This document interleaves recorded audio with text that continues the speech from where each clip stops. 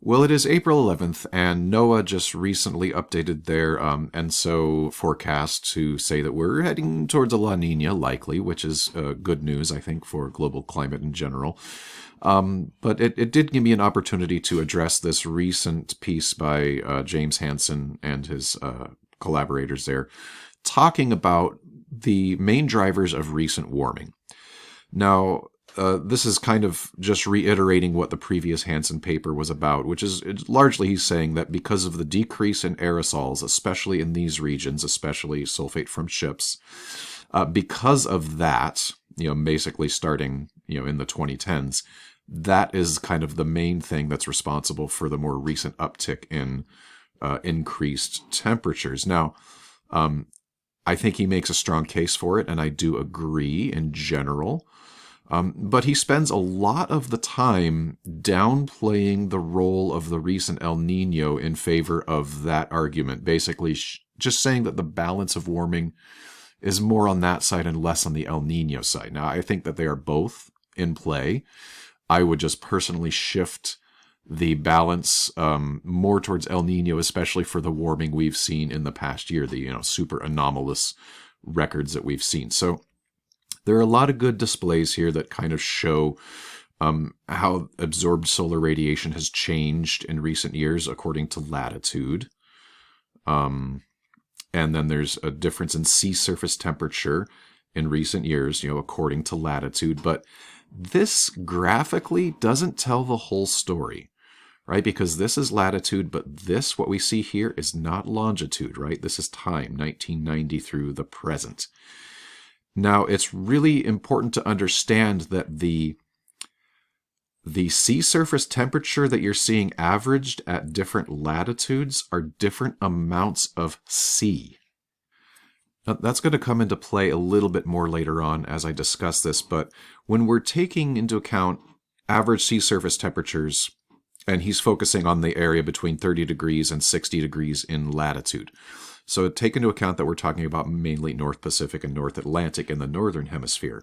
But consider what lies between 30 and 60 degrees north for the rest of the northern hemisphere. We have all of this Eurasia and North America, whereas compare that to 30 and 60 degrees north in the southern hemisphere. That would be from here to here. What land masses do we have? We have kind of the southern cone of South America, a little bit of South Africa, chunk of Australia and New Zealand, but generally, it's almost all ocean compared to this, which is shifted more towards land. Now, ocean and land store heat differently. This is basic continentality, and so I just wanted to mention that now, and then I'm going to go back to the other stuff. Okay, so now back to the Hansen piece here. I was having trouble with my browser there, but so we need to understand what we're looking at here when we look at these graphical representations. And now this other one, figure 6, we're talking about mean surface temperature. Now that means surface temperature across the whole latitude, whether we're talking land or ocean. And again, that's going to be influenced by whether we're talking about land or ocean. If there's a greater proportion of ocean to land, it's going to look different than whether there's more land than ocean. So these are things you need to take into account when you're looking at these that aren't really apparent when you're just looking at colors on this kind of graphical display. So he goes on to kind of downplay the El Nino influence, especially right here. So he's showing that the recent El Nino, he's saying it's been described as historically strong. And he's like, really? Is it a super El Nino? Well, it's not a super El Nino. But at other times in this piece, he describes it as moderate, or I think maybe even once he describes it as weak, which it is neither. I mean, it's a strong El Nino. I wouldn't call it a super El Nino. We can see the super El Ninos here, the 97, 98, and then the 2015, 2016. But his argument here is that, okay, we're looking at just the Niño 3.4 region, which is just one portion of the equatorial Pacific. It's not the entire equatorial Pacific. And so he goes on to say, okay, what do we have in the upper 300 meters of the equatorial region? To show that, yeah, when you look at kind of the whole equatorial Pacific, it is a little bit lower in terms of temperature anomaly. But then you look at this super El Nino, and that's also comparably lower. because he's kind of saying like, oh, we can't just look at this one region, but this one region is the region that determines an El Nino strength. This is the region that the researchers look at when they declare whether something is an El Nino or a La Nina. This is always the region that is referred to. So if we can't really like compare it to anything else, because this is always our benchmark, right? We can't be doing apples to oranges here. So fortunately, when he does do this, there's a bit of a historical record there, so we can see, the changes. Like, whereas like in the 97, 98 El Nino, there wasn't really that much of a difference here like you would see from there to there or from there to there. So it's just something that I wanted to bring up, that, we can't just ignore this, because this Niño 3.4 region is the benchmark for all El Nino forecasting.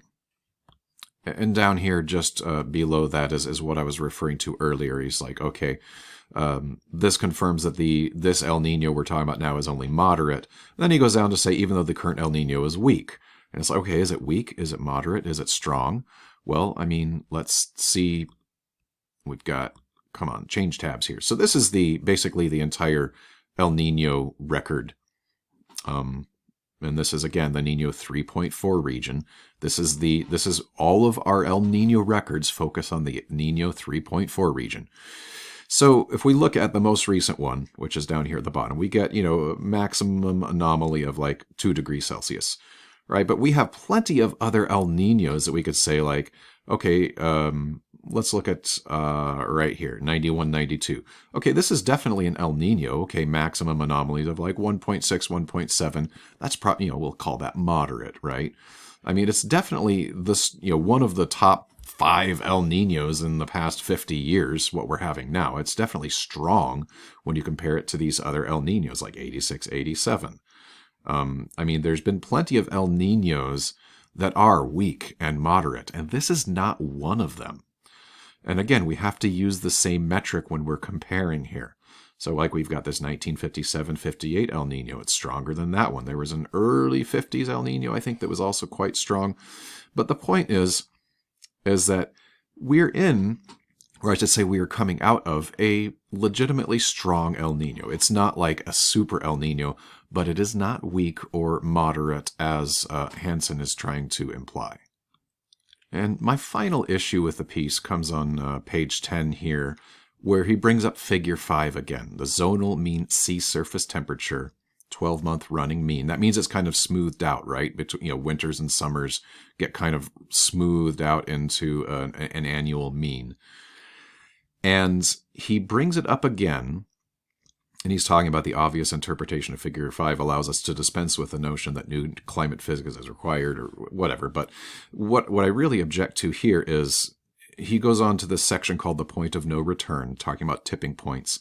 And he says, as a way to pivot to that or transition into that, a feature of special note in figure 5 is the lack of warming in the Southern Ocean at latitudes near 60 degrees south. This feature is an indicator of approach to the point of no return.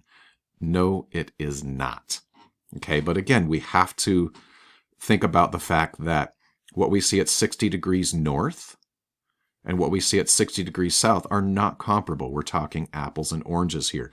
Again, let's refer to our world map. So in the northern hemisphere, and the southern hemisphere, we've got this line here, 60 degrees south, Southern Ocean the whole way, right? 60 degrees north, not comparable. We've got land much of the way. We've got some North Pacific, some North Atlantic, but there's a lot of other reasons that the Southern Ocean is very unique, and we can't interpret its temperature stability to mean anything other than it is Southern Ocean, it is cold, and it is often covered and or adjacent to sea ice. So let's look here. This is from the Antarctic sea ice maximum, the most recent one, which was a record low. So keep that in mind, that this is a graphical display of our record low maximum for Antarctic sea ice. This line here is 60 degrees south. So we can see even our record low year, much of this latitude is covered by sea ice. And if we look at the orange line, which denotes the median ice edge, kind of like historically, that this, 60 degrees line is often adjacent to or covered by sea ice. We know that water preserves its temperature much better than air. And so that's that whole continentality thing, right? Water is more slow to heat up and more slow to cool down. It maintains its temperature better. And so when we have this, this band of water around the Southern Ocean at 60 degrees south, it is, not only does it maintain its temperature better, there's a lot more of it when we're comparing it to 60 degrees north. And much more of it is covered by sea ice. So let's look at 60 degrees north. So this is just our very recent Arctic maximum. So what does the Arctic maximum look like? Again, this line right here, this line of latitude. Thank you, description. Didn't mean to do that. So this line of latitude here is 60 degrees north, okay? So when we look at that, our usual, the orange line, right? Our usual maximum, I wish it would stop doing that, our median ice edge is often never even comes down to 60 degrees north in the North Atlantic. Again, we've got all that warmth coming up here with ocean currents, and we don't usually even have sea ice here comparably in the north as we do in the south, right? So not only is there a lot less sea that we're talking about to compare it to, the sea that we are talking about has, warm water coming up through it, relatively warm, I'll say, and it's not covered in ice nearly as much as the Southern Ocean. I feel like I'm kind of stumbling over my words here, but what I'm trying to say is that when we look at this, and we see that there is this stability here across the Southern Ocean, this stable temperature, it is not anything other than the fact that, again, the Southern Ocean at 60 degrees south is ocean the whole way around. It's cold water. It is often covered by or adjacent to sea ice. That's going to keep its temperature very stable. And that's just the basic, just the makeup of it, right? Whereas, compared to 60 degrees north, which is a lot less sea and a lot less sea ice, you're going to see differences here. And also what I think is kind of cool about these graphical displays is that they really do show, okay, this is that, that 97, 98 El Nino.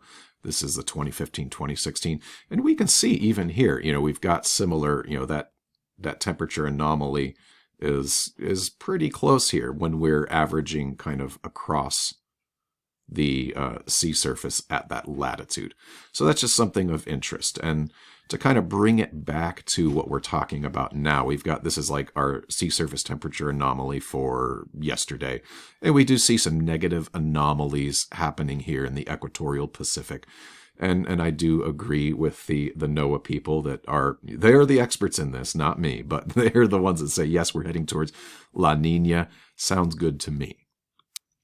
And so just to kind of wrap it up here, this has gone on longer than I intended as usual, but our trajectory this year is looking a little bit better than last year's for a comparable period of time, but it's still by no means good, right? We're still in record territory constantly.